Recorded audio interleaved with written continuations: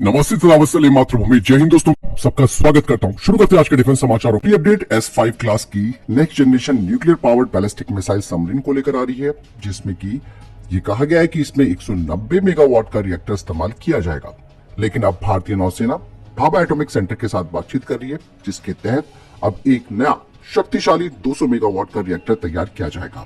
हालांकि ये दूसरे बैचेस के लिए होगा और यहाँ पर एक बड़ा फायदा इसका ये मिलेगा कि इन पनडुब्बियों में नेक्स्ट जनरेशन के वेपन सिस्टम्स और जो एडवांस टेक्नोलॉजीज है उन्हें लगाया जाएगा, जिसके लिए ऑब्वियस सी बात है कि इलेक्ट्रिकल पावर की जो जरूरत है वो बढ़ जाएगी। वही दूसरी तरफ दोस्तों, इंडियन एयरफोर्स के लिए एक हाई लेवल मीटिंग के द्वारा एक रिपोर्ट तैयार की गई है, जिसमें कि इस वक्त जो ऑपरेशनल कमियां हैं उन्हें दूर करने को लेकर इस रिपोर्ट में लिखा गया है। इसके अलावा प्राइवेट सेक्टर की फर्म्स को अधिक से अधिक शामिल करने को लेकर भी बातचीत की गई है, ताकि ये जो प्राइवेट सेक्टर की कंपनियां हैं वो DRDO और जो डिफेंस PSUs हैं उनके साथ मिलकर काम कर सके। हालांकि अभी इस रिपोर्ट में क्या जानकारी आई है वो ज्यादा तो नहीं पता, लेकिन मैं आपको इतना बताना चाहूंगा कि जो अटकलें जो हमारे डिफेंस एनालिस्ट हैं उन्होंने इस बारे में ये राय दी है। डिफेंस एनालिस्ट के द्वारा कहा गया है कि इस रिपोर्ट में सबसे जो प्रमुख जोर दिया गया है वो है फाइटर जेट्स की स्क्वाड्रंस को बढ़ाने को लेकर। वर्तमान में इंडियन एयरफोर्स को 42.5 स्क्वाड्रंस की जरूरत है, लेकिन मौजूदा वक्त में हमारे पास 30 स्क्वाड्रंस है। साथ ही ये भी कहा जा रहा है कि स्क्वाड्रंस को भी बढ़ाया जाएगा, लेकिन फोर्स मल्टीप्लायर्स जैसे कि airborne early warning and control विमान यानी कि अवाक्स मीडिया रिफ्यूलर्स को भी शामिल किया जाना चाहिए। और साथ ही साथ एयर टू एयर और सरफेस टू एयर मिसाइलों को भी शामिल किए जाने को लेकर इस रिपोर्ट में जानकारी दी गई है। और ये सारी बातें तब सामने आ रही है जब चाइना 6th जनरेशन के फाइटर जेट के प्रोटोटाइप को विकसित कर चुका है।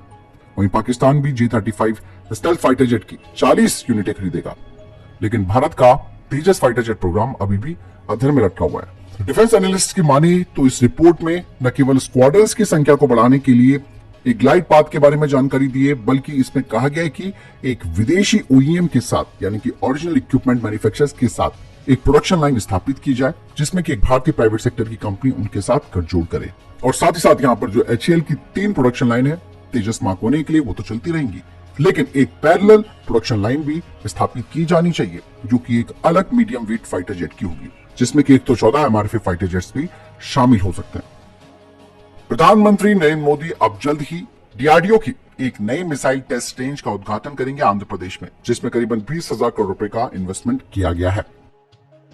हाल ही में अस्त्र मार्क 3, जिसे कि अब गांधी मिसाइल के नाम से जाना जाएगा, उसे अब तेजस मार्क 2 और AMCA फाइटर जेट पर भी लगाया जाएगा। और गांधी दोस्तों यूरोपियन मिट्रियन मिसाइल को टक्कर देने के लिए तैयार है। दरअसल दोस्तों तेजस मार्क 2 और जो हमारा AMCA है उस पर अपग्रेडेड गैलियम नाइट्राइड आधारित ISR रडार इंटीग्रेट किया जाएगा। और यहाँ पर एक बात और है, गांधी मिसाइल ने दोस्तों राफेल फाइटर जेट पर जो सबसे घातक मिसाइल मिट्योर है उसकी जो बढ़त है उसे एक बड़ी टक्कर दी है। वहीं तेजस मार्क 2 की अगर बात की जाए तो इसकी पहली उड़ान 2026 में होगी और 2029 से इसे शामिल किया जाएगा, जिसमें कि गांडीव का इंटीग्रेशन भी आप देखेंगे।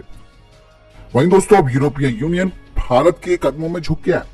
मतलब साफ है कि यूरोपीय यूनियन की जिस तरीके की बात सामने आई है वो ये बताती है कि बिना अमेरिका के वो कुछ भी नहीं है। आप सब जानते हैं कि जेलेंस्की और ट्रंप की जो एक लड़ाई और गहमा गहमी देखने को मिली थी, जिसमें कि साफ तौर पर डोनाल्ड ट्रंप ने हथियार देने से यानी कि नए हथियार देने से मना कर दिया है यूक्रेन को। ऐसे में यूरोपीय यूनियन भारत से एक बड़ी उम्मीद लगाकर बैठा हुआ है। यूरोपीय यूनियन अब स्मॉल एमुनिशन और शेल्स के लिए भारत के साथ बातचीत कर रहा है, ताकि भारत के जरिए इन्हें यूक्रेन पहुंचाया जाए। और अमेरिका के पीछे हटने के बाद यूरोपीय यूनियन ने अपना पूरा फोकस भारत पर केंद्रित किया है। यहाँ पर दोस्तों भारत एक उभरता हुआ वैश्विक खिलाड़ी बन चुका है। भारत की डिफेंस इंडस्ट्री तेजी से बढ़ रही है और भारतीय निर्माता जिसमें कि munition India limited, Tata advance system जैसी निजी फर्म है, उन्होंने अपनी प्रोडक्शन क्षमता का काफी विस्तार किया है। वही कॉस्ट इफेक्टिव और नाटो स्टैंडर्ड की आर्टिलरी शेल और स्मॉल कैलिबर एमुनिशन को तैयार कर रहे हैं। इसीलिए यूरोपीय यूनियन भारत से बड़ी उम्मीद लगाकर बैठा हुआ है। हालांकि दोस्तों यहाँ पर भारत भी काफी न्यूट्रल है। भारत साफ तौर पर मना कर चुका है, वो यूक्रेन का समर्थन नहीं करेगा हथियार देने के मामले में। संयुक्त सैन्य अभ्यास धर्म गार्डियन 2025 का 6वां संस्करण वर्तमान में जापान के माउंट फूजी में 25 फरवरी से 9 मार्च 2025 तक पूरे जोश के साथ चल रहा है। बता दें कि संयुक्त उग्रवाद और आतंकवाद विरोधी अभियानों पर ध्यान केंद्रित करते हुए इस एक्सरसाइज का उद्देश्य भारतीय सेना और जापानी सेना दोनों के बीच ऑपरेशनल क्षमताओं को बढ़ाना है। दोनों ही टुकड़ियां कठोर प्रशिक्षण के साथ साथ सांस्कृतिक आदान प्रदान में भी लगी हुई है, जिससे दोनों देशों के बीच मित्रता और आपसी सम्मान के बंधन और भी ज्यादा गहरे होंगे। दोस्तों फिलीपीन की वायुसेना का FA-50 जो फाइटर जेट है वो एक ऑपरेशन के दौरान लापता हो गया। फिलीपींस की तरफ से कहा गया है कि उनका FA-50 फाइटर जेट रात भर के एक ऑपरेशन के दौरान लापता हो गया और ये उनके स्क्वाड्रन से जुड़ी पहली सबसे बड़ी घटना है। यहाँ पर जानकारी तो ये आई है कि ये जो FA-50 है वो विवादित दक्षिण चीनी सागर पर अभ्यास में गया था और फिलीपीन के पास दक्षिण कोरिया से खरीदे गए इस तरीके के कुल 1 दर्जन विमान है। फिलीपीन की तरफ से कहा जा रहा है कि हमें उम्मीद है कि हम विमान और चालक दल को बचा पाएंगे। हालांकि यहाँ पर दोस्तों चाइना का भी हाथ हो सकता है इसके पीछे। रफाल फाइटर जेट को लेकर एक बड़ी बात सामने आई है। रफाल पर अब S-400 किलर मिसाइल लगने जा रही है जिसका नाम RJ-10 मिसाइल है और ये RJ-10 मिसाइल न केवल रशिया के S-400 के लिए घातक है बल्कि चाइना के HQ-9 के लिए भी एक बड़ा झटका है। इस मिसाइल को फ्रांस अपने राफेल F-5 फाइटर जेट पे लगाएगा जो कि 2035 से आना शुरू हो जाएगा। F-5 दोस्तों बिल्कुल एक नया अवतार होगा। एक रिपोर्ट के मुताबिक राफेल F-5 केवल एक नया अपग्रेड नहीं है बल्कि ये बिल्कुल एक नए तरीके का आविष्कार होगा जिसमें की कंप्यूटिंग पावर, निर्बाध डेटा लिंक और स्टेल्थ कॉम्बैट UAV इसमें इंटीग्रेट होंगे। ये खतरनाक लड़ाकू मशीन बन जाएगा।